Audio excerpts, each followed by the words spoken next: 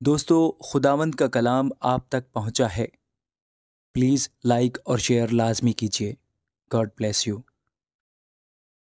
دانیل چھٹا باب۔ دارا کو پسند آیا کہ مملکت پر 120 ناظم مقرر کرے جو تمام مملکت پر حکومت کریں، اور ان پر 3 وزیر ہوں جن میں سے ایک دانیل تھا، تاکہ ناظم ان کو حساب دیں اور بادشاہ خسارت نہ اٹھائے۔ اور چونکہ دانیل میں فاضل روح تھی، اس لیے وہ ان وزیروں اور ناظموں پر سبقت لے گیا، اور بادشاہ نے چاہا کہ اسے تمام ملک پر مختار ٹھہرائے۔ تب ان وزیروں اور ناظموں نے چاہا کہ ملک داری میں دانیل پر قصور ثابت کریں، لیکن وہ کوئی موقع یا قصور نہ پا سکے، کیونکہ وہ دیانتدار تھا، اس میں کوئی خطا یا تقصیر نہ تھی۔ تب انہوں نے کہا کہ ہم اس دانیل کو اس کے خدا کی شریعت کے سوا کسی اور بات میں قصوروار نہ پائیں گے۔ پس یہ وزیر اور ناظم بادشاہ کے حضور جمع ہوئے اور اس سے یوں کہنے لگے: اے دارا بادشاہ، ابد تک جیتا رہے۔ مملکت کے تمام وزیروں اور حاکموں اور ناظموں اور مشیروں اور سرداروں نے باہم مشورت کی ہے کہ ایک خسروانہ آئین مقرر کریں اور ایک امتناعی فرمان جاری کریں، تاکہ اے بادشاہ 30 روز تک جو کوئی تیرے سوا کسی معبود یا آدمی سے کوئی درخواست کرے، شیروں کی ماند میں ڈالا جائے۔ اب اے بادشاہ، اس فرمان کو قائم کر اور نوشتہ پر دستخط کر، تاکہ تبدیل نہ ہو، جیسے مادیوں اور فارسیوں کے آئین جو تبدیل نہیں ہوتے۔ پس دارا بادشاہ نے اس نوشتہ اور فرمان پر دستخط کر دیے، اور جب دانیل نے معلوم کیا کہ اس نوشتے پر دستخط ہو گئے تو اپنے گھر میں آیا، اور اس کی کوٹری کا دریچہ یروشلم کی طرف کھلا تھا۔ وہ دن میں 3 مرتبہ حسب معمول گھٹنے ٹیک کر خدا کے حضور دعا اور اس کی شکر گزاری کرتا رہا۔ تب یہ لوگ جمع ہوئے اور دیکھا کہ دانیل اپنے خدا کے حضور دعا اور التماس کر رہا ہے۔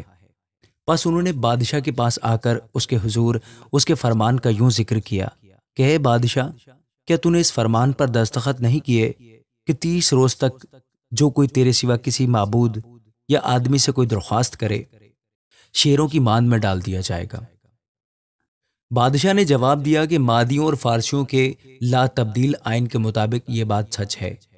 تب انہوں نے بادشاہ کے حضور عرض کی کہ اے بادشاہ، یہ دانیل جو یہودا کے اسیروں میں سے ہے، نہ تیری پرواہ کرتا ہے اور نہ اس امتناعی فرمان کو جس پر تو نے دستخط کیے ہیں خاطر میں لاتا ہے، بلکہ ہر روز 3 بار دعا کرتا ہے۔ جب بادشاہ نے یہ باتیں سنی تو نہایت رنجیدہ ہوا، اور اس نے دل میں چاہا کہ دانیل کو چھڑائے، اور سورج ڈوبنے تک اس کے چھڑانے میں کوشش کرتا رہا۔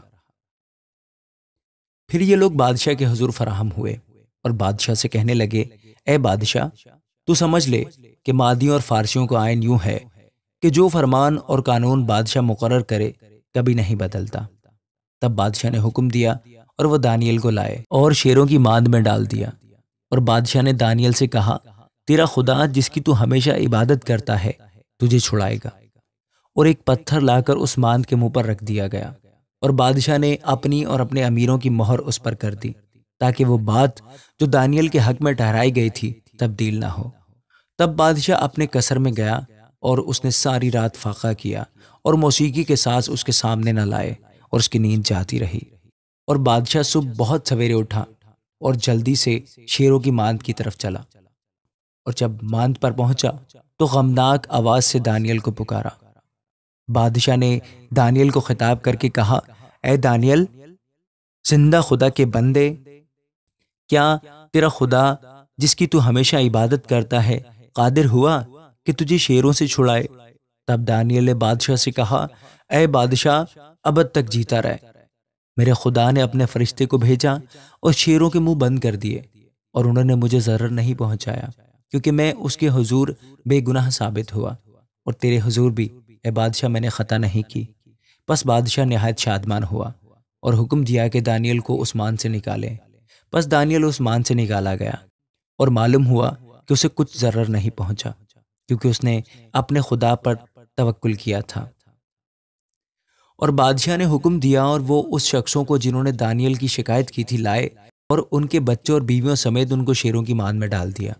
اور شیر ان پر غالب آئے، اور اس سے بیشتر کہ ماند کی تہہ تک پہنچے، شیروں نے ان کی سب ہڈیاں توڑ ڈالی۔ تب دارا بادشاہ نے سب لوگوں اور قوموں اور اہل لغت کو جو روئے زمین پر بستے تھے نامہ لکھا، تمہاری سلامتی افزون ہو، میں یہ فرمان جاری کرتا ہوں کہ میری مملکت کے ہر ایک صوبہ کے لوگ دانیل کے خدا کے حضور ترساں و لرزاں ہوں، کیونکہ وہی زندہ خدا ہے اور ہمیشہ قائم ہے، اور اس کی سلطنت لا زوال ہے، اور اس کی مملکت ابد تک ہے۔